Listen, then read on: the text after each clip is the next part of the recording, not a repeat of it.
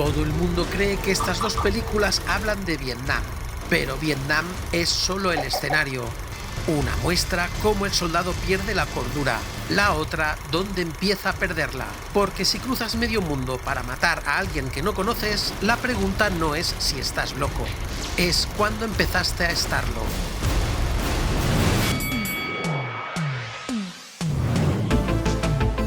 Hoy vamos a ponernos serios. No solo enfrentamos dos obras maestras del cine bélico, enfrentamos dos disecciones del ser humano, dos formas de mostrar la guerra desde dentro. Una muestra el resultado, la otra el proceso. ¿Crees que algo tan absurdo como la guerra se puede entender? No. Ajusta el volumen, busca un refugio emocional, porque esto no va a ser bonito. Hoy enfrentamos Apocalypse Now contra la chaqueta metálica. No te vas a reír, ni vas a llorar. Vas a aprender de carrerilla. Yo te voy a enseñar.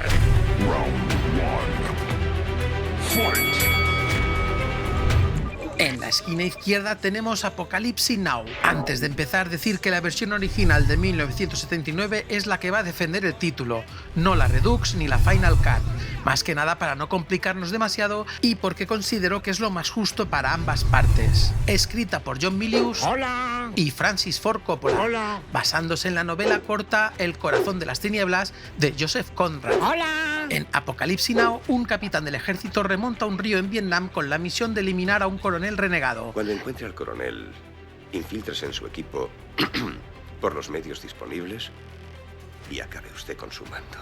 Enfrentándose a la locura de la guerra y a su propia degradación psicológica. Está actuando sin responsabilidad, sin ninguna clase de freno. Aquí hay una misión, pero cuanto más avanza la película, menos importa. Un capitán recibe una orden clara: encontrar a Kurtz, eliminar a Kurtz. Fin. Acabar con él. Sin ningún prejuicio.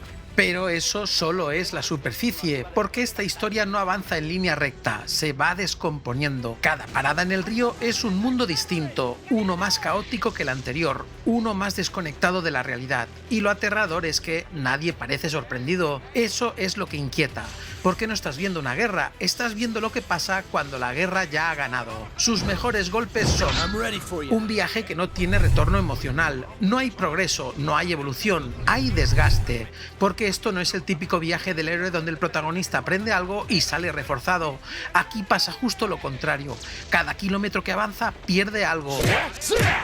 Primero pierde contexto, luego pierde referencias y al final pierde criterio. Y tú lo percibes, porque al principio todo parece más o menos lógico. Una misión, un objetivo, un destino claro. Pero poco a poco la lógica desaparece y se avanza hacia la locura. El viaje no te lleva a ningún sitio, te aleja de todo lo que conoces. No es avanzar, es caer. Acusar a un hombre de asesinato en este sitio era igual que poner multas por exceso de velocidad en la carrera de Indianápolis. La sensación constante de pérdida de control. Aquí no hay estrategia, no hay plan. Hay improvisación constante, pero no del tipo ya veremos qué hacemos, no, del tipo esto ya no lo controla nadie. Cada escena tiene algo en común, parece que puede irse al desastre en cualquier momento y muchas veces lo hace. Lo inquietante no es el peligro en sí, es la falta de estructura. No hay reglas claras, no hay jerarquía funcional, no hay seguridad. Todo es locura, no sabes cuándo va a pasar, pero sabes que va a pasar. Y eso es incómodo, porque el espectador necesita agarrarse a algo. Y aquí no hay nada a lo que agarrarse. ¿Qué ocurre, soldado? Me parece demasiado riesgo. Charlie está al acecho. ¡Charlie, no hace sur! El objetivo deja de tener sentido. Al principio todo gira en torno a Kurtz. Es la misión, es el destino, es el motivo. Pero a medida que avanzas empieza a desdibujarse, porque cada situación que vive el protagonista ya es peor de lo que esperaba encontrar. Y entonces ocurre. Kurtz deja de ser una anomalía, empieza a parecer coherente, incluso lógico. Y ahí es donde la película te golpea de verdad. Kurtz no es el problema, es el resultado, el final de un proceso que ya has estado viendo durante todo el viaje. No es el enemigo, es lo que pasa cuando nadie pone límites, cuando la guerra deja de tener reglas si es que en algún momento las ha tenido, cuando absolutamente todo vale. Por eso, cuando llegas a él, no sientes que hayas llegado al final, sientes que has llegado demasiado tarde. ¿Es un asesino?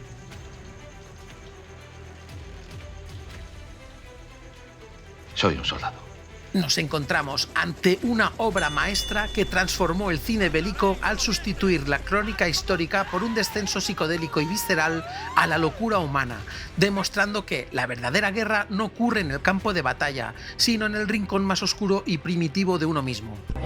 Eso no lo sabe la gente, claro. En la esquina derecha tenemos La chaqueta metálica, dirigida por Stanley Kubrick, escrita por Kubrick, Michael Herr y Gustav Hasford, y que se basa en la novela The Short Timers de Gustav Hasford. Esta vez seguimos a un grupo de reclutas desde su brutal entrenamiento hasta su despliegue en Vietnam, donde el sistema militar los deshumaniza y los convierte en soldados enfrentados a la crudeza y el absurdo de la guerra.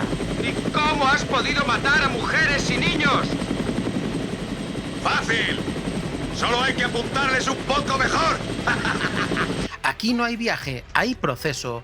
Primero te enseñan cómo se construye un soldado. ¿A tus padres les queda algún hijo vivo? Señor, sí, señor. Seguro que están arrepentidos. Eres tan feo que podrías estar en un museo de arte moderno. Luego te enseñan qué queda de Y él. quería relacionarme con gente interesante, descendientes de una antiquísima cultura, y matarles. Quería ser el primer chaval de mi barrio que volviese con un muerto certificado. Y el cambio es brutal. Primera parte, disciplina, humillación, repetición. Segunda parte, caos, desorientación, deshumanización. Y lo más chocante, no hay transición suave, es un corte seco, como si la película te dijera, ya está, ahora vive con esto. Sus mejores golpes son: el conflicto nace dentro del sistema. Aquí no necesitas enemigo, no hace falta selva, no hace falta disparos, no hace falta guerra, porque el conflicto ya está activo desde el minuto 1. Y eso es una declaración de intenciones. No hay dos bandos, hay una estructura contra el individuo, un sistema diseñado para una sola cosa: desmontarte y reconstruirte útil. Eliminar lo que eres, no porque esté mal, sino porque estorba. Aquí no se entrena para aprender, se entrena para obedecer. Y eso genera un tipo de tensión distinto, porque no puedes escapar, no puedes negociar, no puedes razonar, solo puedes aguantar o caer. Y cuando el conflicto viene de dentro del sistema, no puedes escapar. Estamos aquí ayudando a los vietnamitas porque dentro de cada amarillo hay un americano luchando por salir. Transformación irreversible. Aquí no hay evolución, no hay aprendizaje, hay sustitución. El individuo entra siendo una persona, con identidad, con límites, con criterio, y sale siendo otra cosa, una herramienta. Y lo importante no es el cambio, es que no hay vuelta atrás, porque lo que se rompe no se repara, se reemplaza. Y eso se ve en pequeños detalles, en cómo hablan. Estos que hemos liquidado aquí hoy son los mejores seres humanos que vamos a encontrar. Cuando nos toque volver al mundo, vamos a echar de menos no tener a nadie cerca digno de nuestras balas. En cómo reaccionan. ¡Vete a tomar por el culo! ¡Y vosotros, gilipollas! En cómo dejan de cuestionar. Lo que yo pensaba sobre la guerra, lo que yo suponía, bueno, lo que debe ser una guerra. Está el enemigo, pues a matarles.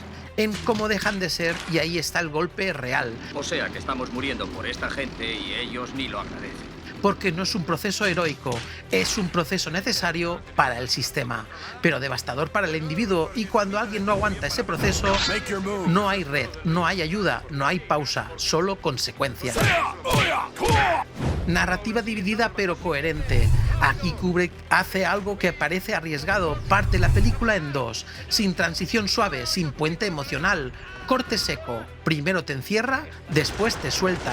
Y podría parecer que son dos historias distintas, pero no lo son. Es causa y efecto. La primera parte te enseña cómo se crea el soldado, la segunda te enseña cómo se comporta. Y todo lo que ves en el frente ya lo has visto antes, solo que en otra forma. La violencia, la desconexión, la frialdad no nacen de la guerra, se fabrican antes y se confirman después, porque no estás viendo dos bloques separados, estás viendo el mismo proceso en dos fases, preparación y resultado. Y cuando juntas ambas, entiendes que nada de lo que pasa después es casualidad. Nos encontramos ante otra obra maestra que revolucionó el género de diseccionar con frialdad quirúrgica el proceso de deshumanización militar, dividiendo la narrativa en dos actos brutales que muestran cómo la instrucción convierte al hombre en un arma y la guerra lo reduce a un vacío existencial. Una te arrastra lentamente, la otra te golpea desde el inicio, pero en construcción narrativa pura, Kubrick es más preciso. Punto para La chaqueta metálica. hombre que tiene huevos para luchar con las tripas fuera no le niego un poco de agua. Coronel, creo que uno de esos marineros es Lane Johnson, el surfer. ¿Seguro? ¿Dónde está? Allí. Ven esto. Round 2. Fight. En la esquina de Coppola los personajes no son personas, son arquetipos de un viaje psicodélico. Willard, el observador, no es el típico héroe de acción, es un agujero negro que absorbe el horror sin pestañear. No lidera, no decide, solo avanza. Su función es primordial, él es tus ojos. Si Willard no siente nada mientras el mundo arde, tú tampoco puedes escapar. La mierda se remueve tanto en Vietnam que necesitas alas para no contaminarte. Kilgore, la arrogancia, es el hombre que ha convertido el infierno en un parque temático. Representa la locura funcional. Mientras caen las bombas, él busca la ola perfecta. Es aterrador porque no tiene miedo. Ha normalizado la muerte hasta convertirla en un espectáculo de surf y napalm. Cuando yo digo que esta playa es segura, capitán, es que es segura. Y punto en boca. Me sobran huevos para hacer surf aquí. Kurtz, el destino, no es un hombre, es una atmósfera. Aparece poco, pero su sombra lo llena todo. Es un chico obediente que manda a los tenderos a cobrar la factura. Es la idea de que la civilización es una mentira. Cuando por fin lo ves en la penumbra, comprendes que no hay victoria posible, solo queda el horror. En la esquina de Kubrick, los personajes no son mitos, son piezas de una maquinaria de deshumanización. El sargento Hartman, el molde, no es un villano al uso, es una herramienta del sistema. Su misión es demoler la identidad del individuo para construir un arma. No evoluciona porque no lo necesita, él es la constante, la prensa hidráulica que aplasta todo lo que sea humano. Tú debes ser de esos tipos desagradecidos que cuando están dando por el culo no tienen ni el detalle de hacerle una paja al otro. El recluta patoso, la víctima, representa la fragilidad que el sistema no puede permitir. Es el error de fábrica. Su transformación es el corazón de la película, de ser un chico inocente a convertirse en un cascarón vacío lleno de odio. Es el espejo de lo que ocurre cuando la máquina de Hartman termina su trabajo. Si viene Hartman y nos pilla aquí, vamos a tragar mierda por un tubo. Yo ya estoy tragando mierda. El bufón, la adaptación, es el superviviente cínico, representa la dualidad. Nacido para matar en el casco y una insignia de paz en la solapa. ¿Qué es esto? ¿Una broma de mal gusto? No, señor. Entonces, ¿qué significa? Yo creo que intento sugerir algo de la dualidad del hombre, señor. ¿La qué? La dualidad del hombre, eso que dice Jung, señor. Hijo, lo único que le pido a mis marines es que obedezcan mis órdenes como si fueran la palabra de Dios. Es el hombre que intenta mantener la ironía para no volverse loco, pero que acaba marchando al ritmo de Mickey Mouse entre las ruinas. Mientras Coppola te enseña a los dioses y monstruos que genera la guerra, Kubrick te enseña la cadena de montaje que los fabrica. ¿Qué da más miedo? ¿El hombre que ha perdido la cabeza en la selva o el sistema que te quita la cabeza en el cuartel? Empate técnico porque es difícil decidir qué pesa más. Y aquí no hay ninguna intolerancia racial. Yo no desprecio a nadie porque sea negro, judío, latino o chicano. ¿Cómo te llamas, pichafloja? ¡Señor! ¡Recluta Brown, señor! Desde ahora te llamas recluta Copo de Nieve. Round 3. Fight!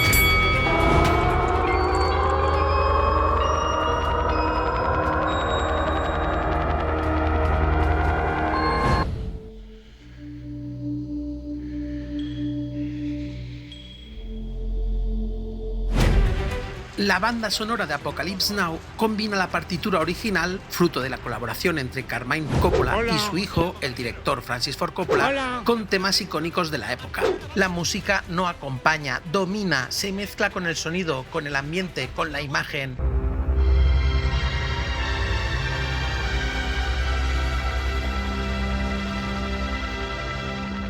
Y genera una sensación constante de incomodidad. Nunca estás tranquilo.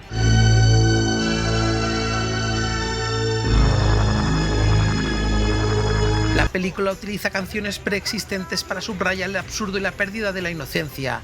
The End de The Doors, el uso de esta canción al inicio es una declaración de principios. This is the end, beautiful friend. Situar un tema llamado El Fin en la apertura sugiere que el protagonista ya está muerto por dentro o que el mundo que conocía ha terminado antes de empezar la misión. La cabalgata de las Valquirias de Wagner es la pieza central de la famosa secuencia del ataque en helicóptero.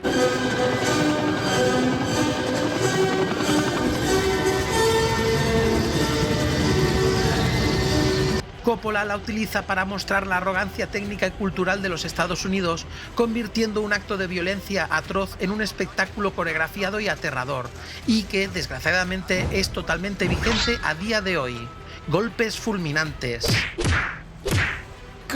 Los efectos sonoros no se quedan atrás. Walter Murch, el diseñador de sonido, logró que la música y los efectos ambientales, como las aspas de los helicópteros o el ventilador del techo, se fundieran.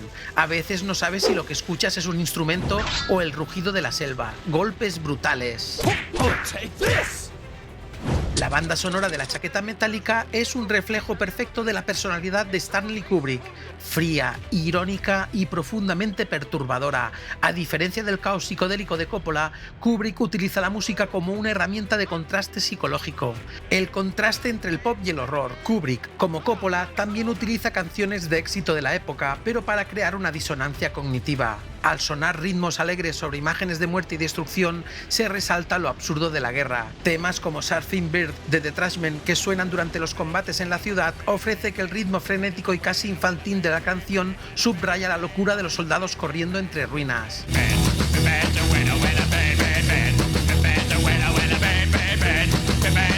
O The Mickey Mouse March en el momento más irónico de la película, donde ver a soldados marchando entre las llamas de una ciudad devastada cantando el himno de un club infantil de Disney es la representación máxima del fin de la inocencia y el lavado de cerebro.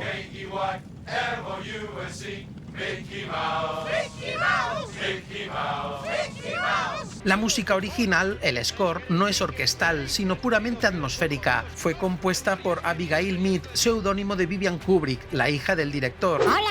Utilizó sintetizadores Firelight y sonidos percusivos metálicos.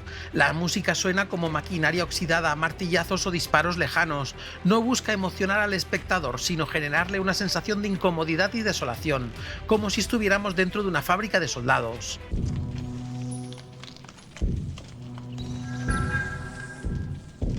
Y la ausencia de música en momentos clave. Kubrick era un maestro del silencio. En la primera mitad de la película, el entrenamiento en Parris Island, no hay música extradiegética. Solo escuchamos los gritos del sargento Hartman y los cantos rítmicos de los reclutas. Aquí mi fusil, aquí mi pistola. Uno da tiros, la otra consuela. Esto crea una atmósfera claustrofóbica y realista que sumerge al espectador en la disciplina militar dura, sin adornos cinematográficos que suavicen el maltrato. Ah, eso no lo sabe la gente, claro. Golpes importantes. Los efectos sonoros son contundentes, pero quizás no tanto como los de Apocalypse Now, pero se defienden muy bien. Golpes finales. Ambas bandas sonoras nos transportan a lo que sus directores quieren. Una te absorbe, la otra te enfrenta, pero a nivel sensorial, Apocalypse Now es más inmersiva. Punto para Apocalypse Now.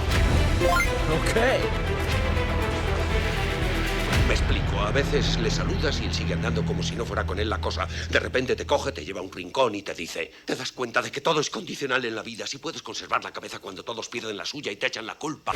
Round 4. Fight! Apocalypse Now no intenta reconstruir Vietnam con precisión histórica, intenta meterte dentro de una pesadilla. El diseño de producción arranca en lo reconocible: bases militares, helicópteros, soldados, un entorno que todavía tiene lógica. Pero a medida que avanzamos río arriba, todo empieza a degradarse. Los espacios se vuelven más caóticos, más sucios, más densos, más oscuros. La vegetación invade, el humo lo cubre todo y el orden desaparece poco a poco. Pasamos del espectáculo militar, casi coreografiado, a situaciones cada vez más absurdas, hasta que finalmente llegamos al territorio de Kursk. Aquí ya no hay guerra, hay ritual, hay sombras, hay muerte convertida en paisaje. Su campamento no es un cuartel, es un santuario. un lugar fuera de la lógica donde la guerra ha dejado de tener sentido. Y aquí entra la bella fotografía de Vittorio Storaro, trabajo por el cual le hizo ganar el Oscar. No ilumina para que veas mejor, ilumina para que te pierdas. Las luces son cada vez más contrastadas, más irreales. Los rostros aparecen y desaparecen entre sombras.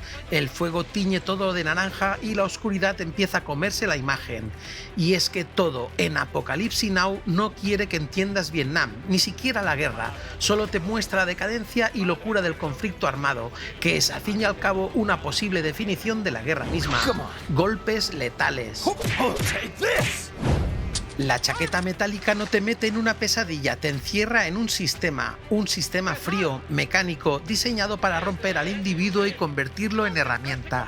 El diseño de producción es completamente opuesto, líneas rectas, espacios ordenados, simetría constante, todo está limpio y medido. Aquí la guerra no empieza en la selva, empieza en la cabeza. La primera parte, en el cuartel, es pura geometría, literas alineadas, movimientos sincronizados, rutinas repetidas. No hay caos, hay control absoluto, y cuando salimos a Vietnam ese control no desaparece, se vuelve extraño. La ciudad en ruinas no es orgánica ni salvaje, es un espacio abierto, gris, casi vacío, nada invade el plano, todo parece expuesto. Y ahí entra la fotografía de Douglas Milsom. ¡Hola! Siguiendo la lógica de Stanley Kubrick, luz uniforme, encuadres precisos, composición milimétrica.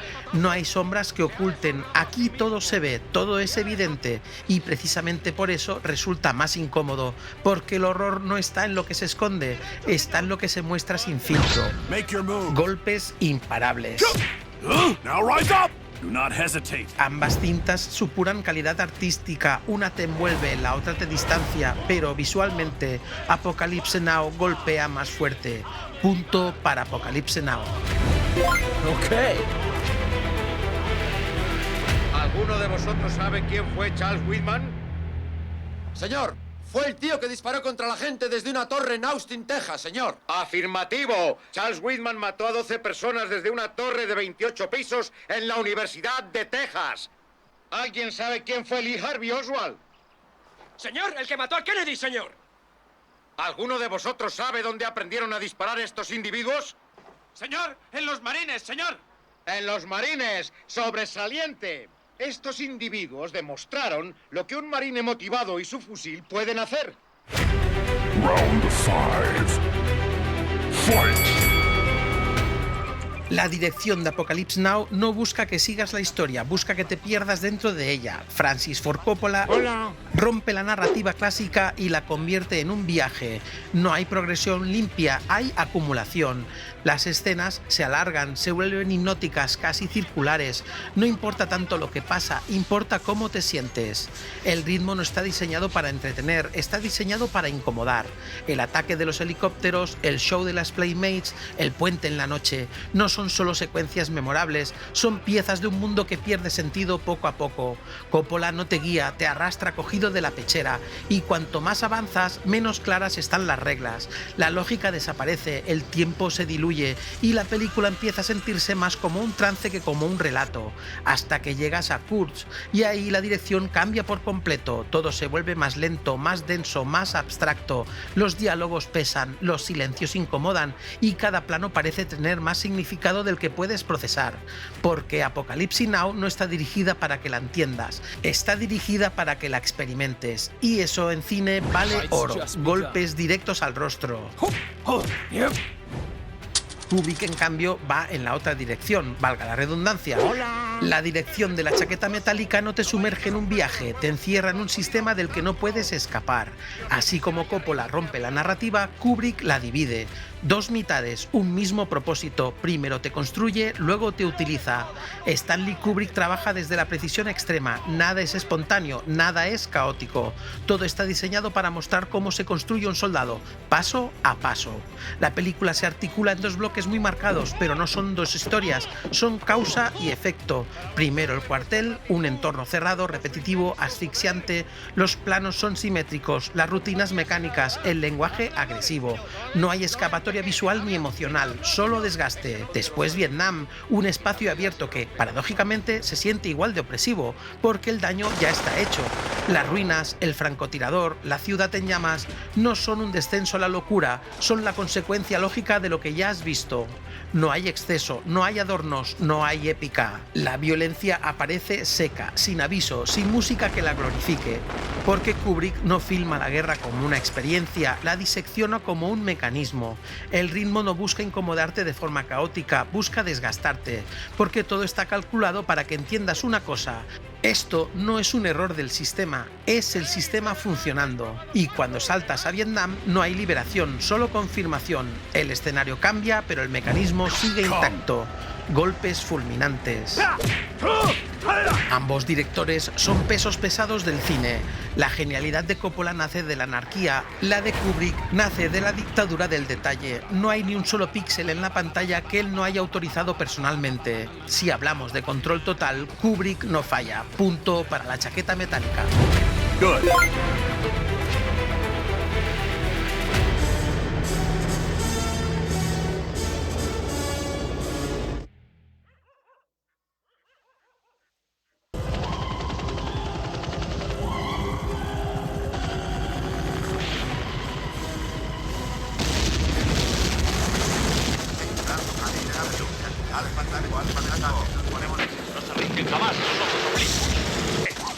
¡Métele el patín derecho por el culo!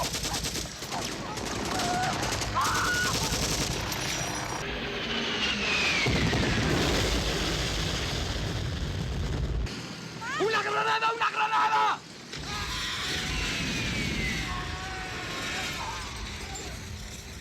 ¡Malditos salvajes! Round 6. Fight! Hay varias escenas míticas en la cinta de Coppola. El capitán Willard saliendo lentamente del agua, cubierto de barro y camuflaje, justo antes del clímax final. Es la imagen del hombre convirtiéndose en bestia. O el monólogo de Kurtz. Es el horror. Es el momento en el que la película deja de ser un film bélico para convertirse en un viaje filosófico a la oscuridad del alma humana. El horror y el terror moral son tus amigos. De lo contrario, se convierten en enemigos espantosos. Son escenas que podrían entrar por derecho en la categoría Hadouken. Sí. Pero si hay una escena que todos imaginamos al nombrar la película, creo que el ataque de la caballería aerotransportada se lleva el premio. Hablo, por supuesto, de la secuencia del bombardeo al pueblo costero al ritmo de la cabalgata de las Valquirias de Wagner. Esta escena no es solo una proeza técnica filmada con helicópteros reales y explosiones masivas sin CGI, sino que concentra la tesis de la película, la locura y la arrogancia del poder. La música clásica de Wagner, trotando desde los altavoces de los helicópteros mientras disparan a civiles y combatientes, crea una disonancia cognitiva aterradora, convierte el horror de la guerra en un espectáculo coreografiado. Además, ver al coronel Kilgore preocupado por encontrar el punto perfecto para hacer surf en medio de un tiroteo es la máxima expresión del desapego mental de los personajes, que acaba con su famosa línea: I love the smell of napalm in the morning. Smells like victory. La chaqueta metálica no se queda atrás en golpes potentes. Escenas como la del monólogo inicial del sargento de artillería Harman insultando a los reclutas es historia del cine. Y aquí no hay ninguna intolerancia racial. Yo no desprecio a nadie porque sea negro, judío, latino o chicano. Establece instantáneamente el tono de la primera mitad. El cuerpo de marines no quiere hombres, quiere máquinas de matar. ¡Recluta, bufón! ¿Para qué te alistaste en mi amado cuerpo? Señor, para matar, señor. ¿Te gusta matar? Señor, sí, señor. A ver, pon cara de pelea. Pero la escena reina es el momento más impactante y recordado. La secuencia en la que el recluta patoso pierde la cabeza por completo en las letrinas bajo la mirada del recluta bufón. Esa famosa mirada de Kubrick de Vincent D'Onofrio es puro terror. Representa el punto de ruptura definitivo del individuo frente al sistema. ¿Por qué el recluta patoso está fuera de su litera a estas horas? Hartman intenta recuperar el control, pero ya es inútil frente a alguien que ha perdido la razón. Todo culmina con una ironía cruel. ¿Por qué el recluta patoso tiene ese arma? ¿Por qué no le has sacado su ceboso pellejo a tiras? El recluta patoso completa su entrenamiento recitando el credo del fusil mientras se dispone a matar usando munición Full Metal Jacket. ¡Este es mi fusil! ¡Hay otros muchos, pero este es el mío! Y aunque ese gran momento define la cinta, el asalto de los helicópteros al ritmo de Wagner coronado por la mítica sentencia de Robert Duvall en la playa es pura liturgia cinematográfica. Punto para Apocalypse Now. Hadouken! I knew I'd win. Dios ya existía antes que el cuerpo de marines, así que el corazón se lo podéis dar a Cristo, pero el culo pertenece al cuerpo. Final round. Fight. Veredicto final, el enfoque, viaje espiritual o fábrica de hombres. Apocalypse Now es una odisea épica. Coppola utiliza la guerra como un escenario para explorar la locura existencial y la oscuridad del alma humana, basada en el corazón de las tinieblas. Es visualmente hipnótica, grandiosa y por momentos surrealista. La chaqueta metálica, en cambio, es una disección sociológica. Kubrick no quiere que sientas la magia del cine, quiere que veas cómo se destruye la identidad individual para construir una máquina de matar. Es fría, cínica y técnica. La dirección, caos controlado o perfección geométrica. Coppola casi muere filmando su película. Hubo tifones, infartos y un presupuesto que se disparó. Esa energía de caos se siente en la pantalla. La película se siente viva, peligrosa y desmesurada. Kubrick, en cambio, filmó todo en Inglaterra, usando una fábrica de gas abandonada para recrear Vietnam. Todo está calculado al milímetro. Cada encuadre es una fotografía perfecta. Es una película de orden absoluto sobre el desorden de la guerra. Además, ambas cintas tienen personajes icónicos. Kurtz, interpretado por Marlon Brando, representa el misterio, el fin del camino, la filosofía del horror. Hartman, interpretado por Ronald Liermy, representa la institución, el sistema, la violencia verbal que moldea soldados. El veredicto, ¿cuál gana? Gana Apocalypse Now si buscas una experiencia sensorial completa. Es una película que te atrapa y te sumerge en una pesadilla febril. Es más ambiciosa artísticamente y su legado visual es posiblemente el más grande de la historia del cine bélico. Gana Full Metal Jacket si prefieres la crítica mordaz y la estructura perfecta. La primera mitad, el entrenamiento, es probablemente el mejor retrato del militarismo jamás filmado. Es más directa, más corta y deja un sabor de boca mucho más amargo y reflexivo sobre la sociedad. Pero mi elección personal, si me obligas a elegir, me quedo con Apocalypse Now. A pesar de sus excesos, o quizás gracias a ellos, tiene una grandeza mística que pocas películas en la historia han logrado alcanzar. Es menos una película y más un estado mental.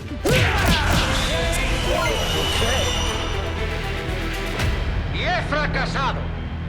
Y he fracasado porque vosotros no me ayudáis.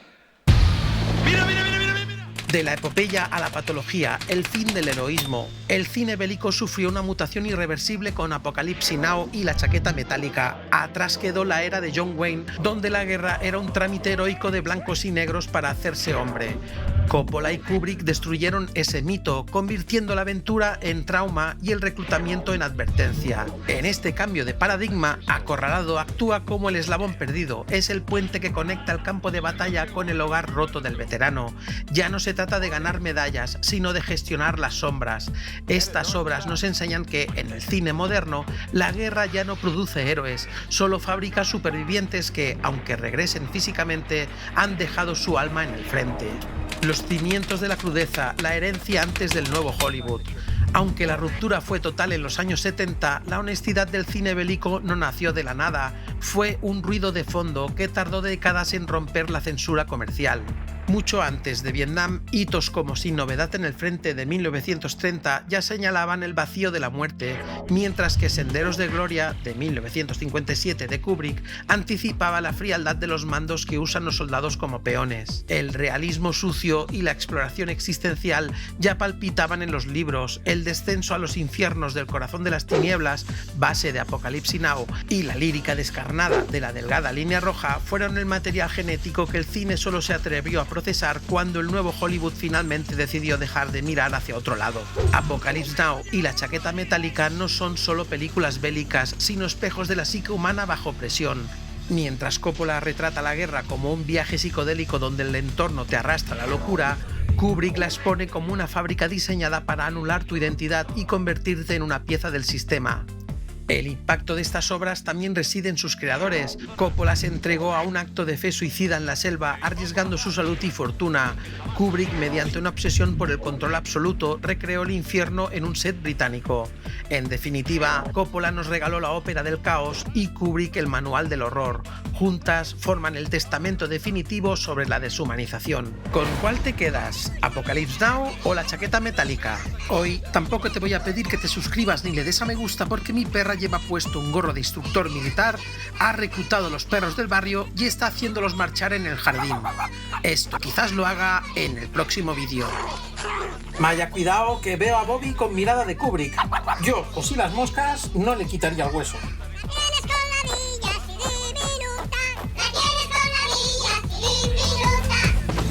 ¿Qué tal? ¡Wow! ¡Esto es excitante! ¡No! ¡Las olas! ¡Las olas! Ah, fíjate, rompen en las dos direcciones. ¡Mira! ¡Qué bestia! ¡Olas de 2 metros!